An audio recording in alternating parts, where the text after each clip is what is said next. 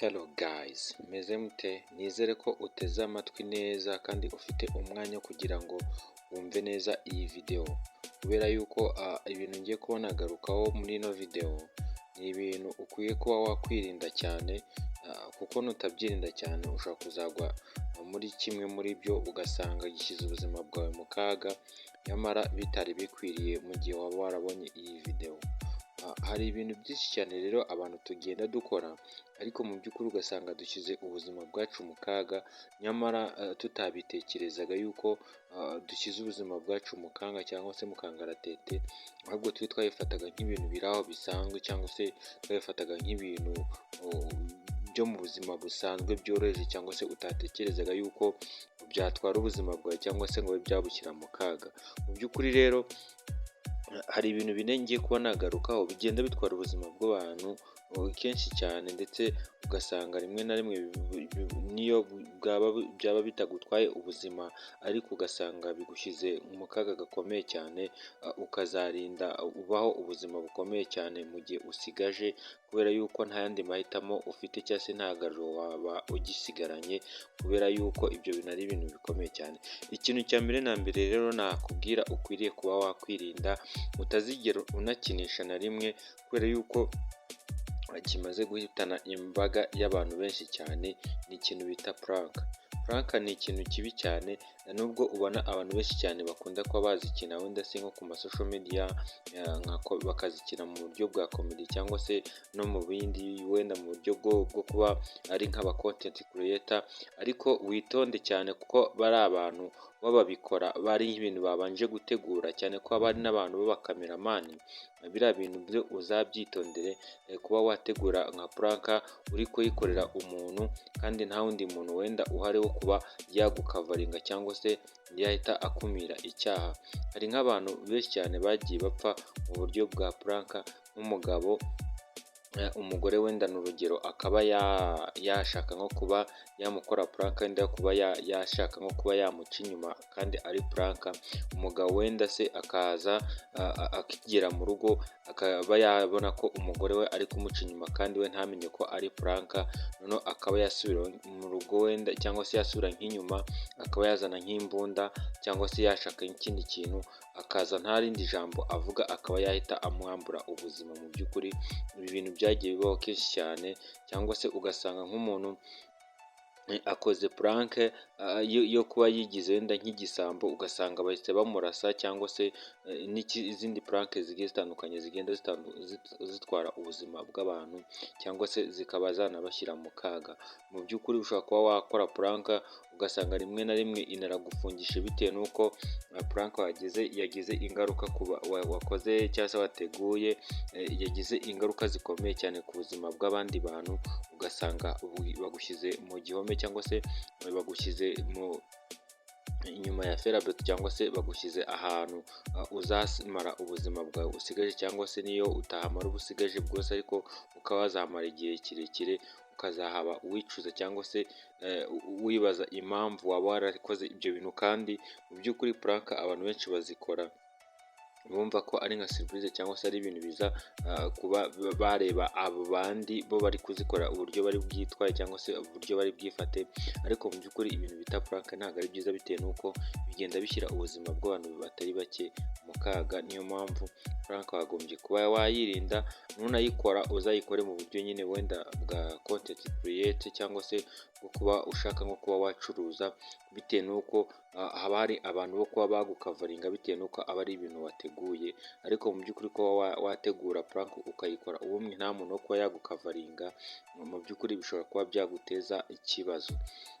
Ikintu cya kabiri rero ukwiye kuba wakwirinda, cyangwa se ukwiriye kuba wagendera kure, ni ugutera burage mbi, cyangwa se burage zirimo amagambo ashobora kuba yagushyira mu kaga, cyangwa se yashyira mu kaga abayumvishe. Mu by'ukuri hari nk'abantu benshi cyane tuzi bafungiwe amagambo bavuze, nyamara barayavuze batekereza ko ari nka burage bari gutera, ariko mu by'ukuri amagambo bavuze akazabajyana mu nkiko, cyangwa se ukazasanga ugasanga yashyize ubuzima bwabo mu kaga cyane.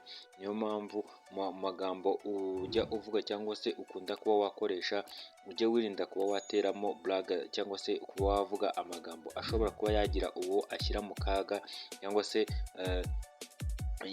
yagushyira mu kaga we mu buryo utatekerezaga, kandi we uba utekereza ko uri kuyavuga nka blague.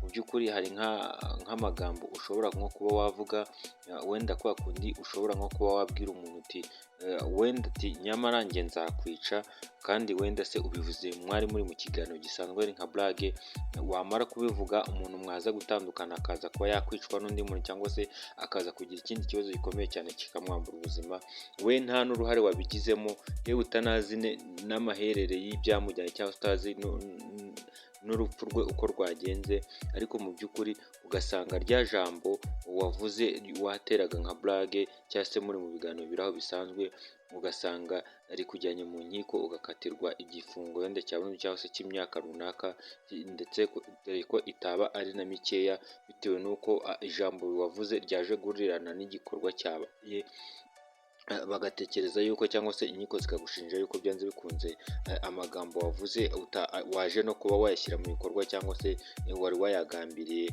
wari uzi neza ibyo uri bukore, bakanagushyiraho ko byanze bikunze ari wowe wabikoze.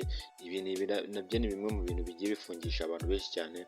Urwo ni urugero ruto nari nguhaye, ariko hari ingero nyinshi cyane z'abantu benshi bagiye bazira amagambo bavuze nyamara bakayavuga bazi ko ari blague zisanzwe ziri aho, ariko mu by'ukuri amagambo ujya uvuga cyane cyane nk'amagambo wenda ashobora kuba yashyira akaga igihugu cyangwa se abandi bantu cyangwa se itsinda ry'abantu runaka cyangwa se ikindi kintu runaka, mu by'ukuri wari ukwiye kujya ucunganwa n'amagambo uvuga cyangwa se ukaba wayakontorora ukamenya ayo ukwiye kuvuga n'ayo utavuga, utiteye kuvuga ngo muri mu gihe cya blague cyangwa se muri mu gihe cyo kuganira ibintu biraho. Ushobora kuganira ibintu uzi ko ari blague, nyuma bikaza kuba byabyara reality cyangwa se bikaza kubyara impamo mu by'ukuri, nyamara utigeze ubigiramo uruhare mu kuba yabaye impamo, ugasanga mu by'ukuri rero ibyo ngibyo ni ibintu uzize we utarigeze utekereza yuko wabizira cyangwa se wabiryozwa. Noneho ikintu cya gatatu rero ukwiye nanone kuba wakwirinda kimaze kuba cyatwara cyangwa se cyashyira mu kaga ubuzima bw'abantu butari bakeya, ni ikintu cya betting zishyira ubuzima bw'abantu mu kaga. Mu by'ukuri hari betting mbi cyane zitandukanye n'izi ngizi ubona ngo kubetinga ngo imipira ngo imikino n'ibiki, hari betting cyangwa se integano yo kuba wategana n'umuntu ukavuga ati ukora ibi n'ibi n'ibi ndaguha amafaranga n'aya, ibi n'ibi ntabwo wabikora, uramutse ubikoze naguha ibi n'ibi n'ibi. Mu by'ukuri ugasanga utanze integano y'ikintu gishobora kuba cyashyira ubuzima bw'umuntu mu kaga, mu by'ukuri ugasanga biteje ikibazo. Ni urugero aha ngaha ndashobora kuba naguha, ushobora nko kuba umuntu yakubwira cyangwa se wenda kubw'ibyifuzo afite wenda se bitari bizima, ni urugero akaba yakubwira ati ngewe wenda ni urugero umpaye amafaranga ya n'aya nshobora kuba wenda nakwambura ubusa bwite nkava aha ngaha nkagenda ibirometero runaka cyangwa se urugendo rungana gutya. Mu by'ukuri iyo ni integano we umubwiye wumva yuko atabikora ariko akabikora, mu by'ukuri nabikora ntabwo bizakorohera bitewe n'uko ubutabera buzagukurikirana kuba wategeye umuntu gutuma wenda akora ibintu biteye isoni mu ruhame, ari we bazabimufungira nawe babigufungire bitewe n'uko mwakoze ibintu biri irego cyangwa se bitemewe n'amategeko.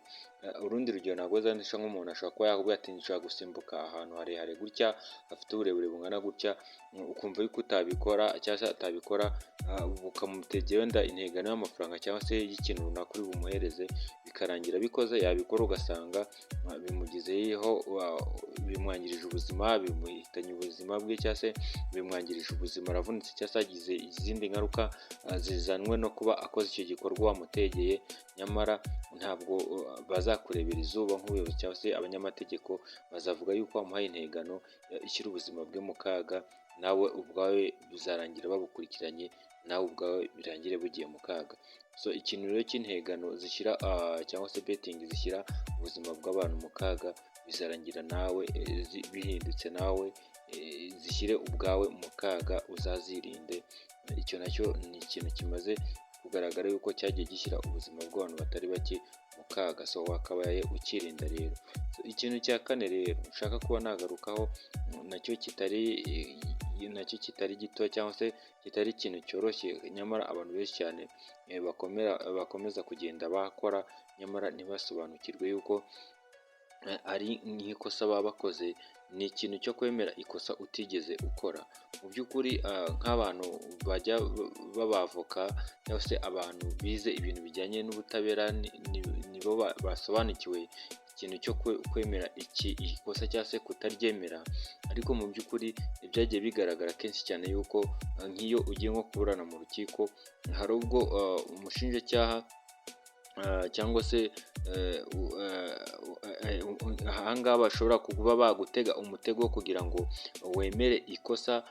Mu by'ukuri wamara kuryemera, wenda bakubwiye ko bari buze kukorohereza ibihano, ugasanga uraryemeye we watekereza yuko ari nko koroshya kugira ngo utekereze yuko buri buze kurangira mu kubyemera, bakagutega umutego kugira ngo ubyemere gusa ko ubundi uraba woroheje inkiko, ubundi icyaha kikaza koroha. Ariko mu by'ukuri ibihano bakaba babyoroshya, ariko mu by'ukuri iyo umaze kubyemera bihinduka ibindi. Mu by'ukuri rero niba uzi neza yuko ikintu utigeze ugikora kandi ari ikosa, ari kimwe uri gushinjwa icyaha runaka, kandi ukaba uzi neza ko utigeze ugikora, ntuzigere na rimwe unacyemera. Uzakora uko ushoboye kose uburane, kandi uburane utacyemera kuko n'ubundi utigeze ugikora. Icyo nakubwira cyo ahangaha, uzaburana ku giti cyawe, niba n'abanyamategeko cyangwa se abandi bantu bakunganire, Imana izabijyamo igufashe ku kuba yakurenganura, kandi nunarengana uzaba urenganye ariko waburanye mu buryo bukwiriye, kuko kwemera ikosa utakoze nabwo ni icyaha, ntabwo biba bikwiriye.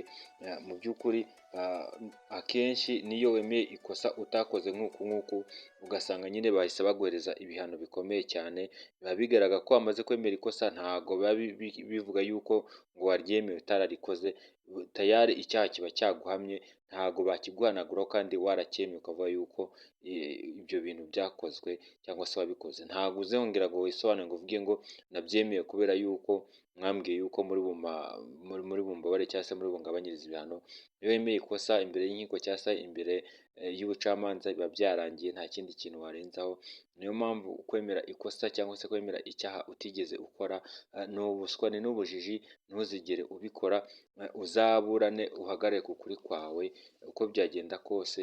Niyo watsindwa cyangwa se niyo ibyaha byarangira biguhamye utarabikoze, wowe umutimanama wawe uzaba uzi neza ko warenganyijwe, kandi umutima wawe ntabwo uzigera ugucira urubanza ngo ugushinje yuko wemeye ibyo wahakanye ibyo wagomba kuba wakwemera. Oya, ko umutimanama w'umuntu iteka ujya ku kuri k'umuntu cyangwa se ku kuri kuvuye ku mutima. Niyo mpamvu udakwiriye kuba wakwemera ikosa kandi uzi neza ko utarikoze. Ibi bintu ngarutseho rero nubyirinda, mu by'ukuri uzaba ugize neza, kuko ibi ni bimwe mu bintu byagiye bishyira ubuzima bw'abantu benshi cyane mu kaga. Nkaba nanjye rero ntashobora kuba nakwifuriza yuko nawe bwazajya mu kaga, wenda biciye muri bimwe muri ibi bintu, kandi warabibwiwe cyangwa se warigeze ugira icyo ubibwirwaho. So mu by'ukuri rero ikintu cya puranka ukirinde, cyangwa se ujye ukigendera kure.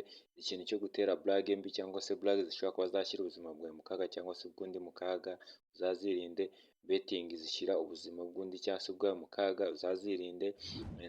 No kwemera ikosa cyangwa se icyaha utigeze ukora, baguteza umutego wo kubyemera, ntuzigere ubyemera na rimwe. Ahasigaye reka nkubwire ngo Imana ikurinde, kandi wibuke kuba wakoze subscribe cyangwa se like. Reka tuzasubire mu bindi biganiro. Imana ikomeze kurebe neza kandi kwishimire.